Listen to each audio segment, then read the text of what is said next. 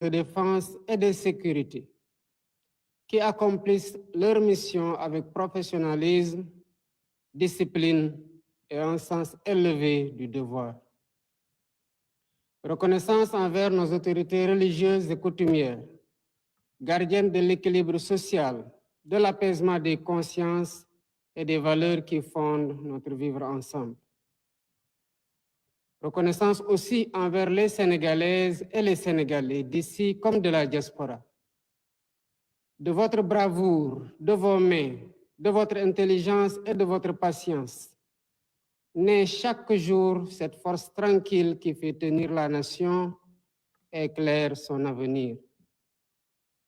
Mes chers compatriotes, le serment que j'ai prêté devant la nation et devant Dieu engage ma conscience et ma responsabilité au plus haut niveau. Il exprime mon devoir de respecter la Constitution, de protéger la République et de servir avec la même exigence chaque Sénégalaise et chaque Sénégalais. Cette fidélité au serment s'accorde avec une fidélité tout aussi essentielle, celle qui lie notre action au projet de transformation que nous avons porté devant le peuple. Ce projet fondé sur la justice, la souveraineté, la transparence, l'équité et la dignité humaine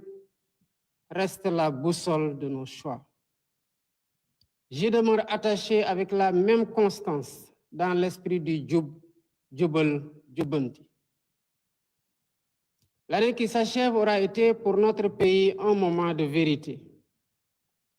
Elle a mis au jour des déséquilibres profonds, révélé l'ampleur des défis accumulés et rappelé l'exigence de redresser l'État avec sérieux, méthode et transparence.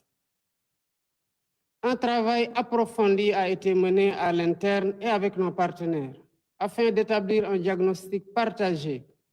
et de dessiner des solutions durables.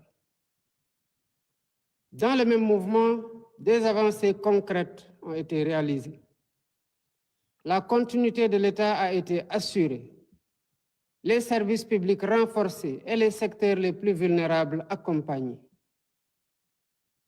La baisse progressive des prix des produits essentiels s'est traduite par un allègement réel du coût de la vie. Les mesures de réduction des prix de plusieurs produits essentiels ont représenté 342,5 milliards de francs CFA d'économies pour les ménages en 2025. Cet effort se poursuivra en 2026. Je tiens à cet égard à saluer l'engagement du Premier ministre Ousmane Sonko et de l'ensemble du gouvernement. L'amélioration progressive de l'environnement des affaires, l'intensification de notre diplomatie économique et la tenue du Forum Invest in Sénégal ont renforcé la crédibilité du pays et consolidé son positionnement comme une destination d'investissement fiable et attractive. Mes chers compatriotes, la décision politique de porter le registre national unique à 1 million de ménages a rendu l'action sociale plus juste et plus efficace en orientant les appuis vers celles et ceux qui en ont réellement besoin. Cette exigence d'équité s'est prolongée par un soutien accru à l'autonomisation économique des femmes et des jeunes, avec l'émergence de 1060 coopératives productives solidaires. Dans le domaine de la santé, le gouvernement a constamment cherché à améliorer le quotidien des familles.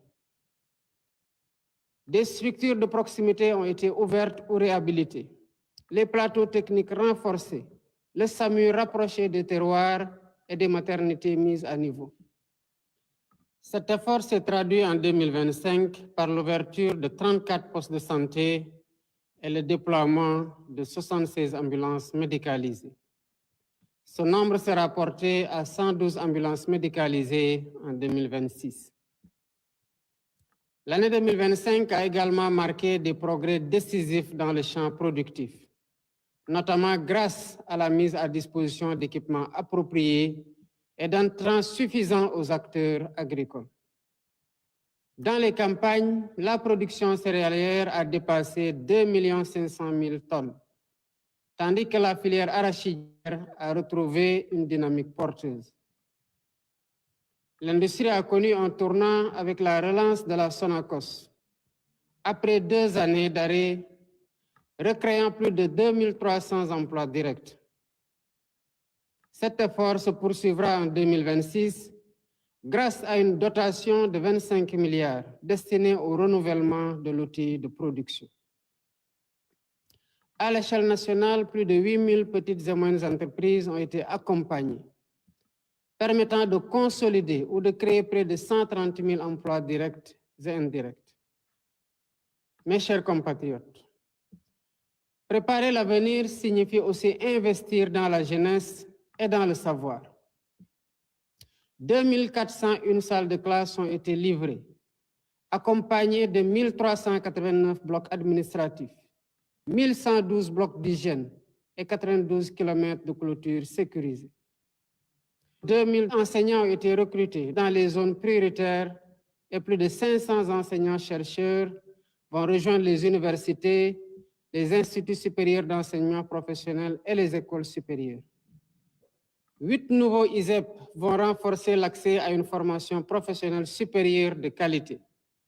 tandis que les réformes des curricula, l'intégration des DARA dans l'éducation nationale,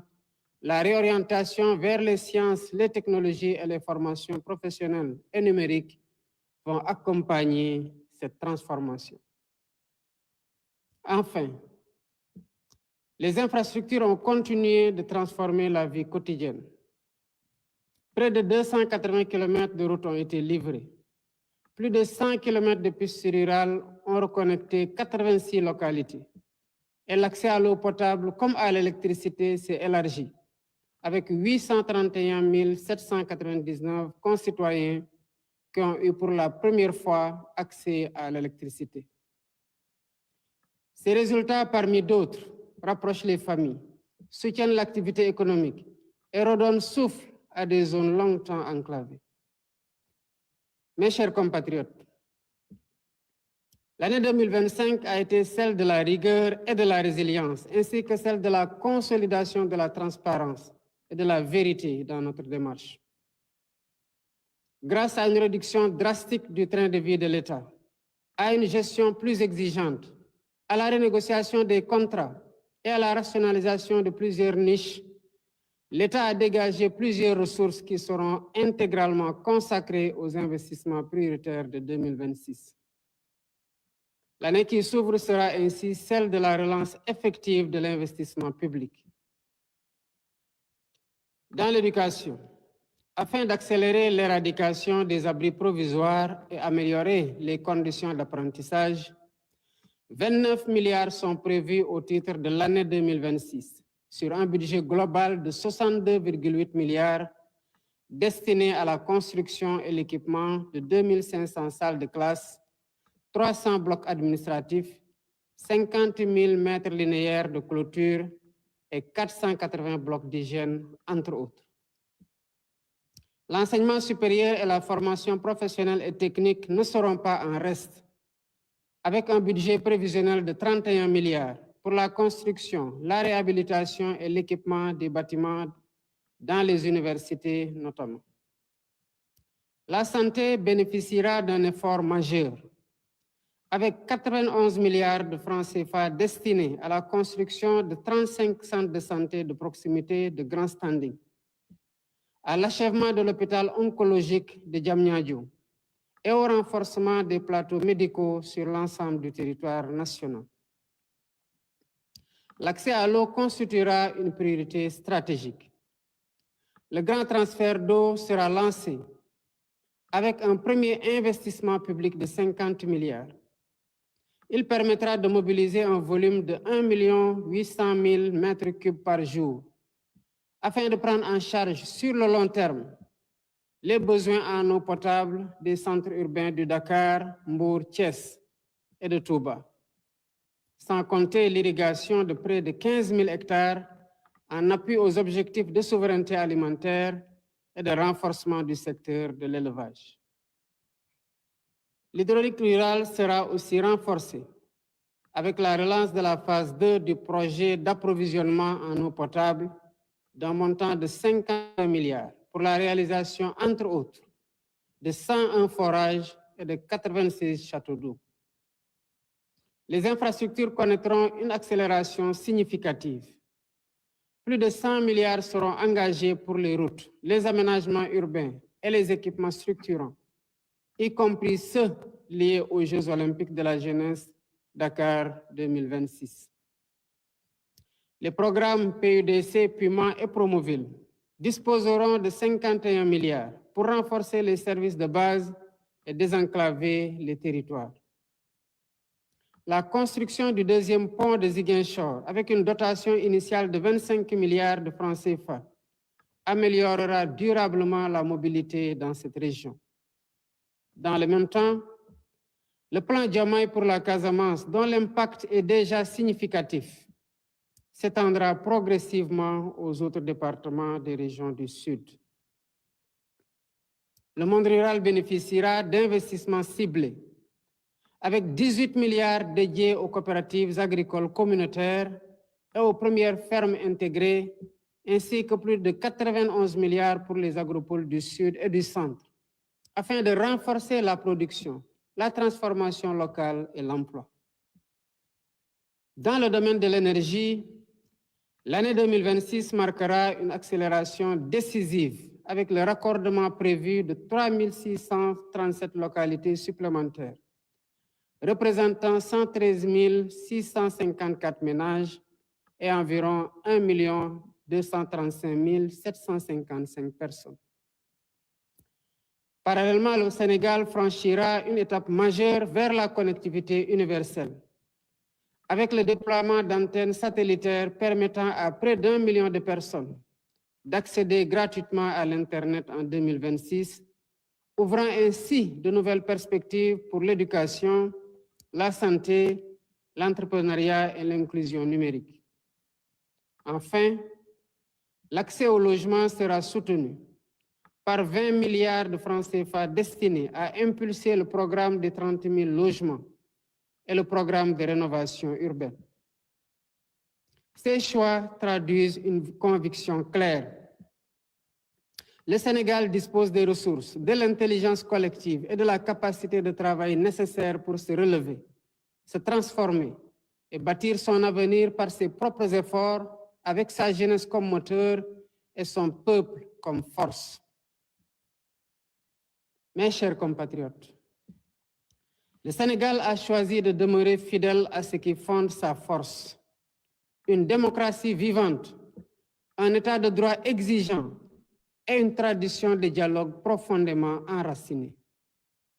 C'est dans cet esprit de continuité et de responsabilité que les réformes engagées ont été poursuivies afin de renforcer la solidité et la crédibilité de nos institutions. L'Office national de lutte contre la corruption a été installé à l'issue d'un appel à candidature ouvert et transparent, selon un principe désormais étendu à plusieurs autres entités de la République, pour consacrer la compétence, l'intégrité et le mérite comme critères de gouvernance publique. Dans la même dynamique de réforme, les comités ad hoc issus des assises de la justice et du système politique ont achevé leurs travaux. Ils ont permis de poser les bases d'une traduction juridique des recommandations consensuelles formulées dans un esprit de refondation. Fidèle à l'engagement de consolider durablement l'état de droit, les projets de textes relatifs à la révision de la Constitution, à la Cour constitutionnelle, au Conseil supérieur de la magistrature, à la Commission électorale nationale indépendante, ainsi que le projet de code électoral, seront présentés en Conseil des ministres et transmis à l'Assemblée nationale au courant du premier trimestre 2026. Les autres réformes s'inscriront dans un agenda d'adoption cohérent, aligné sur la durée du mandat et le rythme de la nation. Mes chers compatriotes, sur la scène africaine et internationale, le Sénégal a poursuivi son œuvre de paix, de solidarité et de coopération. Il a renforcé ses alliances sur le continent, consolidé sa contribution à la prévention des risques sécuritaires et porter une voix claire en faveur d'un multilatéralisme inclusif et plus efficace au service de l'humanité. La décision du 68e sommet des chefs d'État et de gouvernement de la CEDEAO de confier pour la première fois au Sénégal la présidence de la commission de l'organisation en constitue une reconnaissance forte et sans équivoque. Mes chers compatriotes, au cœur de notre nation, la jeunesse constitue une force qui ne s'érode jamais, malgré les épreuves. C'est d'abord pour elle que j'ai décrété l'année 2026, année de l'emploi et de l'économie sociale et solidaire. Notre pays accueillera les Jeux olympiques de la jeunesse Dakar 2026, premier événement olympique sur le sol africain. Ce rendez-vous dépasse le cadre du sport. Il est un symbole de confiance, de capacité et d'ouverture. Il nous appartient d'y montrer avec exigence ce que le Sénégal sait offrir au monde, à savoir une jeunesse disciplinée, un peuple hospitalier et une nation capable de tenir ses engagements. Mes chers compatriotes, la haute charge que vous m'avez confiée me prescrit une hauteur d'esprit que j'entends garder en toutes circonstances.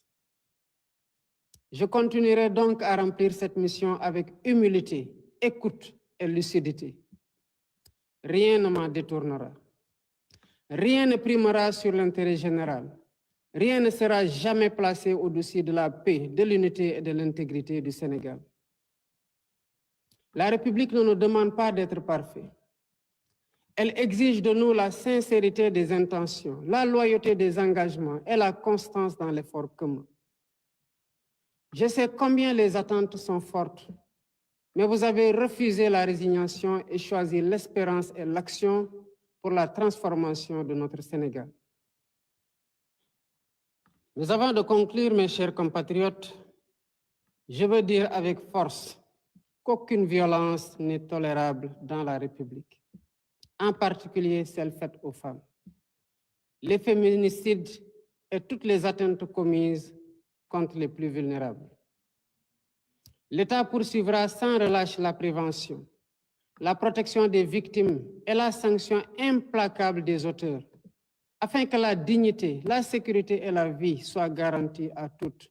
et à tous. Que l'année 2026 apporte la santé, la paix des esprits et l'harmonie dans tous les foyers. Je vous souhaite à toutes et à tous une bonne et heureuse année 2026. Que Dieu bénisse le Sénégal et l'Afrique. Vive la République, vive le Sénégal. Mbokki Sénégal, gannaaw bu ñu Yàlla mayee ñu génn ci at di dugg ci at bu bees mu doon wareef ci ñun ñu xool fu ñu jóge waaye tamit séntu bu baax fu ñu bëgg a jëm waaye bu ñu jógee ci at Yàlla may ñu fekkee waat ko li ñu war mooy sant ko bu baax sant ko sant sénégalais yépp ak sénégalaises yépp sant ñi nga xamante ne ñoo yore kaaraange ki ci biir réew mi ñi nga xamante ne ñoo ñuy sàmm te di ko defee noo xam ne njukkeel rek lañ leen ci ameen sant tamit ci ñi nga xamante ne ñooy kilifa diine ak kilifa aada yi nga xam ne bu fi jàmm amee ak déggoo ak juboo liñ ci liggéey bëri na trop waaye sant tamit sénégalais yi nga xamante ne ñu ngi ci bitim réew bari lool lu ñuy liggéey doon ay jàmbaar xarañ lool seen doole ak seen alal bokk ci tax Sénégal taxaw ba tey sant tamit ñi nga xamante ne dañu tànn Sénégal ngir dund fii ñu dalal leen bu baax te xam ne seen teewaay fii am na fi njëriñ mbokk Sénégal gannaaw biñ ma falee président de la République dama waat seen kanam waat ne dañoo war a respecter ndeyu charte réew mi waaye waat tamit ne dañoo war a sàmm institution yi ak république loolu tax ñu war a jëriñ sénégalais yépp ak boor bu ñu mënti bokk waaye tamit loolu dafa méngoog li nga xamante ne moom la ñu waxoon ak yéen diglante ko yéen dox ko xeex ko muy suñu projet de société ñu di ko doxal lal ko ci coppite ci yoonal ci souveraineté moom sa bopp ak ci yorin gu sell guy respecté ci doomu aadama yépp mooy suñu jubal ak jubbanti loolu nag ci dëgg rek la mën a am moo tax atub 2024-2025 nekkoon ñaari at yoo xam ne dañ ci def saytu xool fu ñu toll fu ñu jëlee tamit waxtaan ak yéen ci ni ñu fekkee réew mi waxtaan ci waa bitim réew waaye tàmbali tamit liggéey goo xam ne ñépp ñi nga xamante ne ñu ngi suñu wet ñu ngi ciy teg seen bët ba tax na Sénégal taxaw ak nu mu metti metti ñu nekk sax di wàññi dund gi waaye tamit lépp loo xamante ne dafa war a dox di dox lépp loo xamante ne dañ ci war a jàppale néew gi doole yi ñu taxaw ci loolu ni ma ko doon waxee sànq wàññi nañu lu bari ci loo xamante ne sénégalais yi soxla nañ ko di ko jëfandikoo li ki mel ni ceeb li ki mel ni diwlin li ki mel ni suukar li ci mel ni leneen ak leneen ba sax li ci mujjee muy lii di carburant bi ak électricité bi loolu buñ ko xayma toll na ni 300 milliards ak ñeent fukk ak ñaar yoo xam ne daanaka sénégalais yi téye nañ ko ci loo xamante ne dañ ko doon dépensé moo tax may taxaw di sargal bu baax gouvernement bi ci njiital premier ministre Ousmane Sonko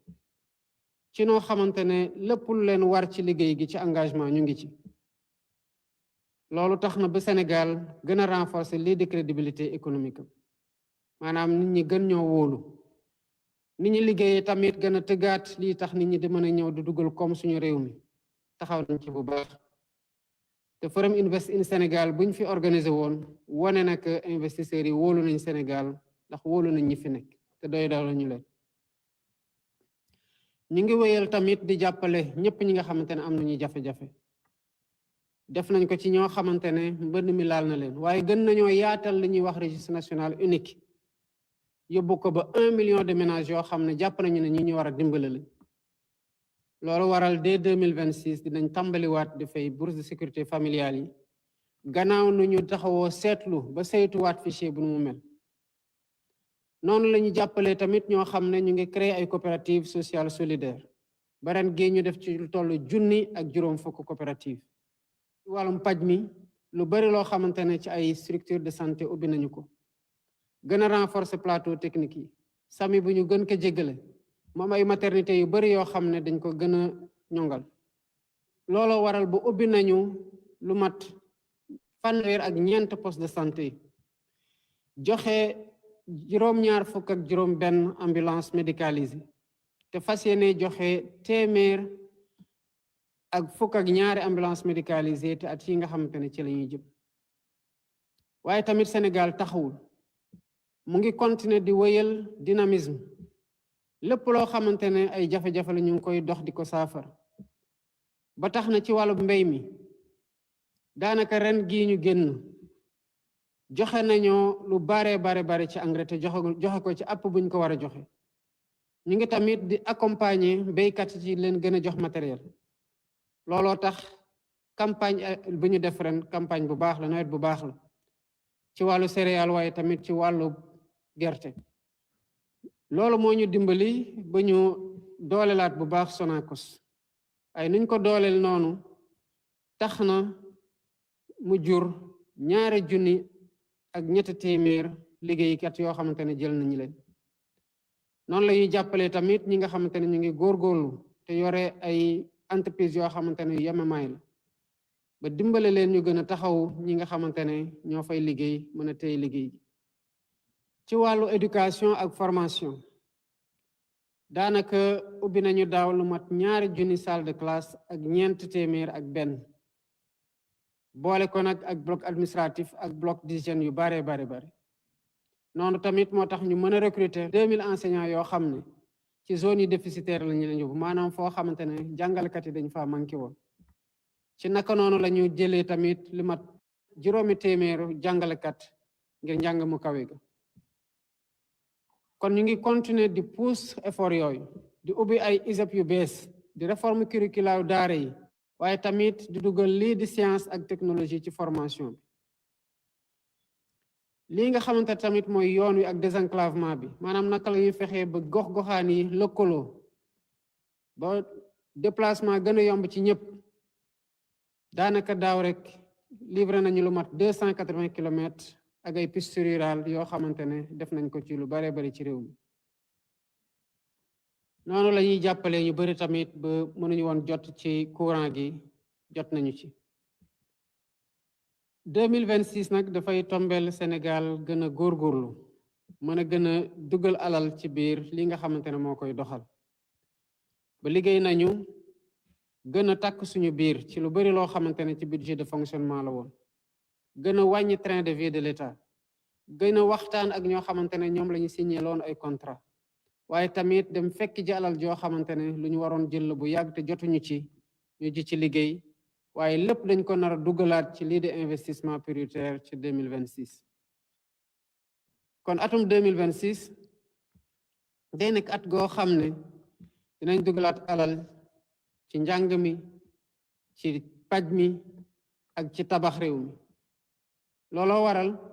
ci paj mi dinañ ci dugal juróom-ñeent fukk ak benn ci milliard ngir mën a liggéey lii di fanweer ak juróom centre de santé jeexal tamit hôpital bi nga xamante ne ñu ngi koy tabax ci wàllu cancer ci Diamniadio ak defaraat ay hôpitaux yu bari yoo xamante ne seen matériel dañ ko war a ñongal. si naka noonu la ñu naral dugalee xaalis yu bari tamit ci lii di ndox mi grand transfert d'eau bi nga xamante ne dañu war a jële ndox Lac de Guiers indi ko ba ci Thiès Dakar Mbour ak Touba fas yéene nañu ci dugal limat juróom fukk milliards. kon noonu lañ ko nar a continuer dugal tamit yeneen alal yoo xamante ne ci PUMA bi ci PUDC lépp rek ngir gox-goxaan yi mën a gis seen bopp ci ni Sénégal di doxe fas yéene nañ tamit pont de Ziguinchor dugal ci lu mat 25 milliards ngir tàmbali ko ni ñu nar a wéyalee plan Diomaye pour la Casamance bi nga xamante ne ci tukki gi ma fa amoon nemmeeku gis naa résultat yi nga xamante ne joxe nañu ko. dinañu tamit gën a gunge ñi nga xamante ne ñoo nekk ci dëkku kaw yi fas yéene dugal lu mat fukk ak juróom-ñetti milliards ci lii di coopérative yoo xamante ne commencé nañu ko créer. fas yéene tamit dugalaat lu toll ni 91 milliards ci agropole sud ak agropole centre. xam ngeen na agropole yi bu ñu ñëwee dañ ko gën a dooleel lii mel ni agropole sud waroon nekk 57 milliards dañ ko yóbbu ba 109 milliards ba at gi kese 41 milliards dañ ko dugal ci agropole sud nar a dugal 50 milliards ci agropole centre. wàllu dëkkuwaay bi tamit 20 milliards lañ ci waajal ngir tàmbale programme 30 000 logements yi waaye gunge tamit lii di programme de rénovation urbaine bi nga xamante ne ministère bu yore wàll woowu mu ngi koy doxal. kon dinañu continuer liggéey ci lii nga xamante ne mooy électricité lu toll ne 3637 localités maanaam ñetti junni ak juróom benn téeméer ak fanweer ak juróom ñaar ci ay gox-goxaan am nañoo yéene ci lu ñu programme 2026 jox leen courant. kon 2025 wane na mën nañoo tàmbale liggéey comme ni ñu ko defee waaye 2026 tamit dina gën a wane que mën nañoo gën a sori. loolu moo waral ba connectivité universelle maanaam fu nit taxaw ci biir Sénégal mën fa connecté wu ci nu mu normale fas yéene nañ ko matal ci 2026 ba lii di million doomu aadama ci biir réew mi am nañu yéene jox leen connexion ci lu ñu dul fay dara. Sénégal tamit mu ngi wéyal di nekk démocratie buñ ko xamee loolu ànd ak réforme ànd tamit ak état de droit bu exigeant waaye tamit lépp ñu ko defee ci waxtaan joo xamante ne at gu ne ñu amale ko. Office national de lutte contre la corruption maanaam luy xeex wàllum ger gi installé nañu ko awale ko ci appel à candidature bu ñëpp mën a bokk buñ ci paree ñu tànn ñi nga xamante ne ñoom lañ jàpp ne ñoo gën a xarañ ñoo gën a mën a yelloo pour def liggéey bi lal ko ci seen xam-xam ci seen njub ak ci seen mérite. lii di comité yi nga xamante ne la ñu defoon ci gannaaw bu ñu defee assise de la justice ak assise sur le système politique pare nañu seen liggéey ba jébal ko. kon ci ñetti weer yu njëkk ci année 2026 dinañu adopté ci bii de révision constitution lii di samp cour constitutionnelle, révision conseil supérieur de la magistrature, commission électorale nationale indépendante ak code électoral bi nga xamante ne fas yéene nañ ko jébal assemblée nationale pour ñoom ñu mën kaa voter. ci wàllub diplomatie Sénégal mu ngi wéyal mbaaxam maanaam dox ci jàmm gën a xaritoog ak dëkk yu bari waaye tamit jël waxtaan jiital ko ci lépp loo xamante ne moom la ñu nekk di jëflanteel ak yeneen réew yi. loolu nag jur na kóolute goo xam ne tax na ci njëlbeen ci bi Sénégal amee moomee boppam ba tey ak bi CEDEAO existé ñu jël commission CEDEAO jox ko Sénégal pour mu présider ko 2026 pour la première fois. kon muy reconnaissance ak crédibilité wu diplomatie sénégalaise ñuy ji jaajëfal diplomate yépp ci biir Sénégal ak ci bitim réew. 2026 dama ko wax mooy année boo xamante ne atum ndaw yi la waaye at la tamit goo xam ne lépp luy économie sociale ak solidaire maanaam naka la ñuy jàppalante ak ñi néew ji doole yi gën leen dooleel organiser leen ba pare financer leen at gii atub loolu la war a nekk. loolu waral ba commencé nañ créer ay coopératives yu bari am ci objectif 10 000 coopératives fii ak 2029 waaye déjà am nañu 1060 coopératives yoo xam ne créé nañ ko te fas yéene ko wéyal ak yenn structure ci biir réew mi. yàlla def nag muy at goo xam ne àdduna wërngal képp dañoo wóolu Sénégal ngir mu organiser premier événement olympique fii ci Afrique muy Jeux olympiques de la jeunesse. muy wone kóolute gu ñu am ci suñu Sénégal waaye tamit kóolute gu ñu am ci capacité am wone li nga xamante ne mooy suñu mbaax muy yar di teggin di teraanga. dinañ gën a liggéey kon ci loo xam ne day gën a ñongal naka la ñuy teeroo gan yooyu tertu leen ba pare teral leen mu nekk jongante yoo xam ne ndaw yee ko moom waaye suñu ndaw yi wanti war ci wone xarañteef gu rëy ak njàppale gouvernement bi te dina mat sëkk incha allah. mbokki Sénégal kilifteef bi ngeen ma dénk dafa laaj ci man may jëlale lu bari di bàyyi xel lu bari rawatina nag lépp loo xamante ne luy sàmm jàmm gi la ci biir réew mi. kon loolu ngeen ma dénk dinaa ko wéyal di ko doxal ànd ci déglu waaye ànd ci xel dara duma ci jële duma mos a jël lenn féetale ko ci loo xamante ne moo war a féete ñëpp ci kaw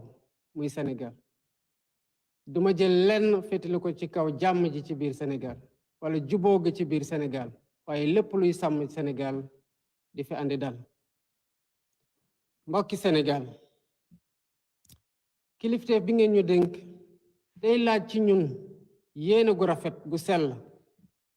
sàmmanteeg li nga xamante ne digle nañu ko ba pare di liggéey ngir jëmal lool. mbokki Sénégal xam naa ne yaakaar gi bari na te rëy na muy responsabilité gu mag ci man mii ak ci ñi ma àndal waaye gis naa yéen tamit donte mbir mi metti woon na ci bu ñuy door xaddiwu leen bàyyiwu leen yéen ñëpp a takk seen ndigg booloo ci gouvernement bi jàppale ko ngir lépp jëm ci kanam. loolu tax na lu ñu metti ñu war kaa muñ lu xew ñu war koo xool waaye ànd ci xel ak déglu rawatina kilifa yi nga xamante ne ñu ngi ñuy woo di waxtaan ak ñun ci lu bari. kon maa ngi dalalaat seen xel bu baax a baax a baax ci jàmm gi ci biir Sénégal mooy sama yiite te ci lay xëy ci lay gontu. balaa may jeexal mbokk Sénégal lu bëggoon taxaw ci lenn loo xamante ne lu ñaawlu la te dara mënu koo layal ci biir Sénégal muy nii ñuy sonnalee ñi néew gi doole gi rawatina jigéen ñi. ci fan yi ñu génn ñu gis ci ñoo xamante ne sànku nañu ci ñu boom leen waaye ma bëgg dalal xelu ñépp ne nguur gi dina am taxawaay gi war ngir fagaru loolu waaye tamit ngir gën a aar ñi nga xamante ne ñoom lay dal waaye tamit teg daan ñi nga xamante ne ñoo koy def ngir gën a sàmm àq ak yelleefu ñépp garantir leen ñépp sécurité. yàlla na at gii nga xamante ne ñu ngi ciy dugg andi wérgu ak jàmm ci xol yi ak ci xel yi ci biir dëkkuwaay yépp maa ngi leen di ñaanal atum jàmm di ko ñaanal Sénégal di ko ñaanal Afrique bi yépp waaye di ko ñaan tamit ngir àdduna déwéniti